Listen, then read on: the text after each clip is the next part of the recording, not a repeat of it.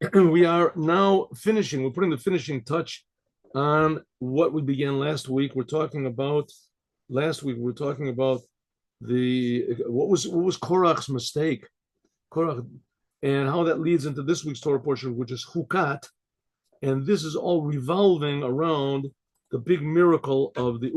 What happened over here? 1 second. 1 minute. 1 minute. Here we go. No. Share. Share. This is all revolving around the big miracle of the previous Lubavitcher Rebbe Yosef Yitzchak, that he was imprisoned in 1927, and he was supposed to have been sentenced to death, but in communist Russia. No one opposed communist Russia, and he not only opposed communist Russia, but he also defeated communist Russia. It took a long time. It took 70 years, but the Iron Curtain finally fell. And the Rebbe claims that the Iron Curtain fell because of the efforts and the self-sacrifice of the previous Lubavitcher Rebbe. So it all happened in stages. That's the way God does miracles. He does it in stages. And the reason he does it is to show that this world is supposed to be holy. This physical world is supposed to be holy. People are not supposed to be thinking about going to heaven. People are supposed to be thinking about making this world infinitely higher than heaven. Because why? In this world, we can do what God wants. There's challenges, there's difficulties. In the upper world, you're just like an old folks home. I'd say like a home for the aged. You just sit there and you get whatever you want to. And that's not the purpose of life. The purpose of life is to serve God.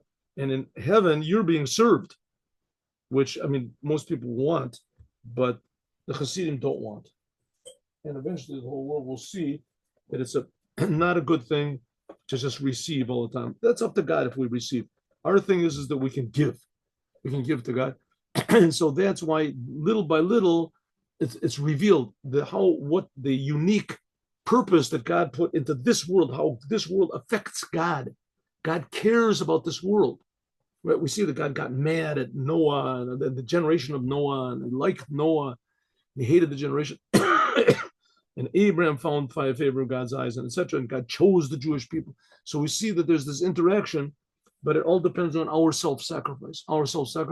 And that was an example of the previous Rebbe getting out of prison. And that's all revolves around this whole idea of Moshiach. Moshiach is going to reveal what this physical world is about. That's Moshiach. Moshiach is going to reveal the true infinite godliness, which is in every detail of this physical world. And the Rebbe also gave another example. The sun stood still for Joshua and Gimel Tammuz, and according to most opinions, the whole world changed. The whole entire heavens changed. All the stars, all the constellations, the whole thing stopped for one day. Joshua, the sun stood still for Joshua, not just the sun. Everything's so it affected the whole world. Same thing as the previous Lubavitcher Rebbe. What happened over there affected the whole world. Maybe we don't see it, but little by little we do. Here we see that the Iron Curtain miraculously fell. It was a big, big change. Okay, what are we supposed to do? As far as what we are supposed to do. Now we were coming in Gimel Tammuz. Gimel Tammuz was yesterday, third day of Tammuz. And we are approaching the days of the redemption of the 12th and the 13th day of Tammuz. That's when the Rebbe was freed from exile, right? He was arrested, and then like a week and a half later or something like that, they let him go. He was arrested. He was supposed to be killed, and he wasn't killed, but they didn't kill him. And rather, on the third day of Tammuz, they sent him into exile. And then 9 days later, 10 days later, they released him totally. From exile. So he was totally not in their hands. He wasn't in their hands. Even though everybody in Russia was in their hands, and he was still in Russia, he couldn't get out. He got out like a few months later from Russia. Tammuz. Shabakol Shana Vashana, that every single. So this that we're celebrating, the 12th and the 13th day of Tammuz every year. Every year. The word Shana also implies the word changes. The whole cycle of changes, all the changes of time are included in a shana. That's the word shana, means shinui, changes. Mitosefes v'zeh aliyah. Every year it has to be more and more. Okay, so what are we supposed to do? Each one of it, this is the end, like I said, this is the end paragraph of last week's learning.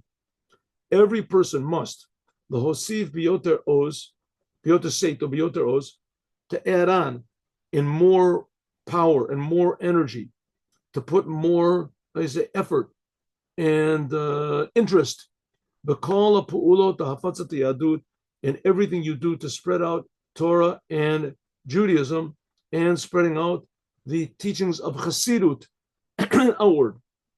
Now, if you don't know what's so special about Hasidut, so come to the classes and start to learn. But mainly what Hasidut is learning about God and the Jews and why this world is so important.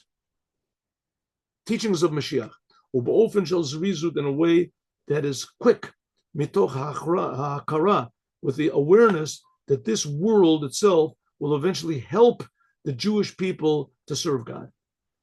The world will not be an impediment, but rather it will be a helper. It'll help us.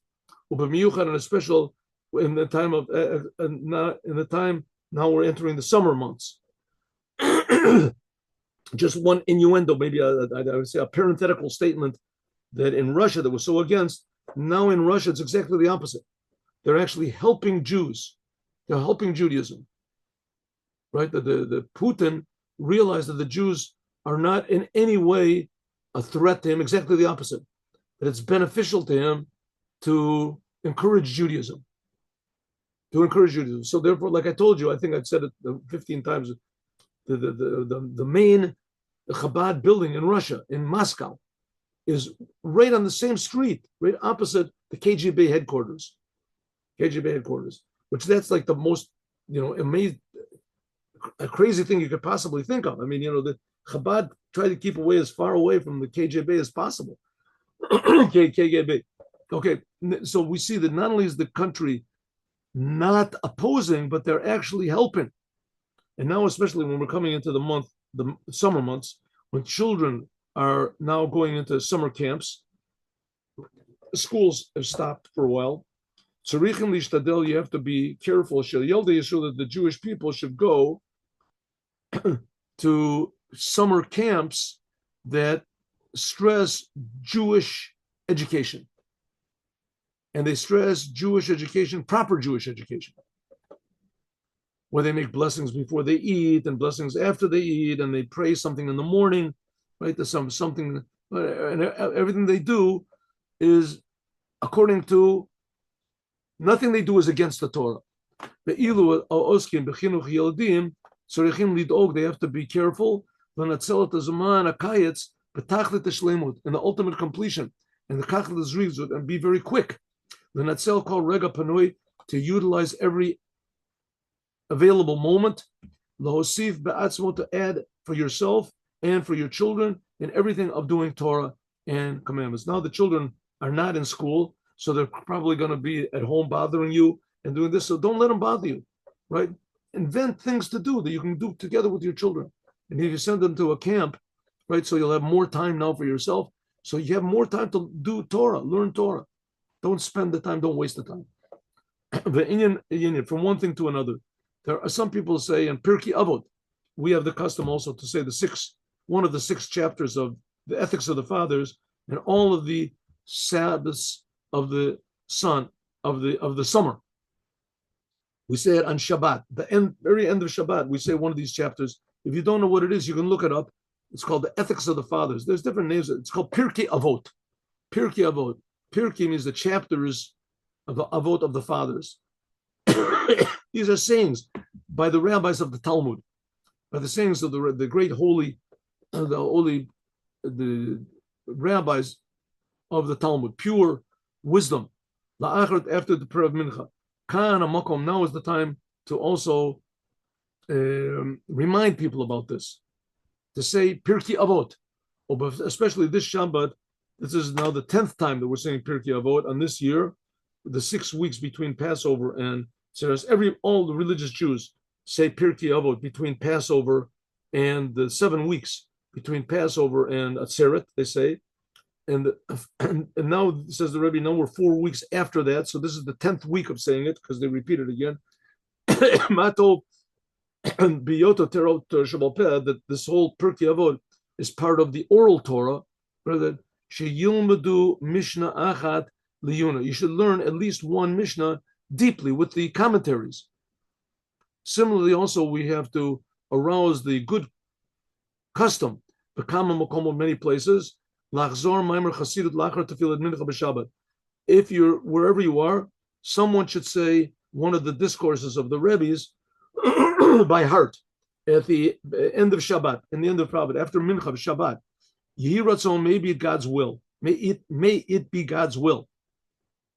That there should be a way of chukat, a set way. It should be set. Kafi she'omdim likro ata b'tfilas mincha sheyachdor behashomim yifol behem shinoi ad lo'ofen techakika. That it should cause a change in the people, and that it should be carved out in them. It should make chukat. Should be carved. That's this week's Torah portion. Chukat means to be carved.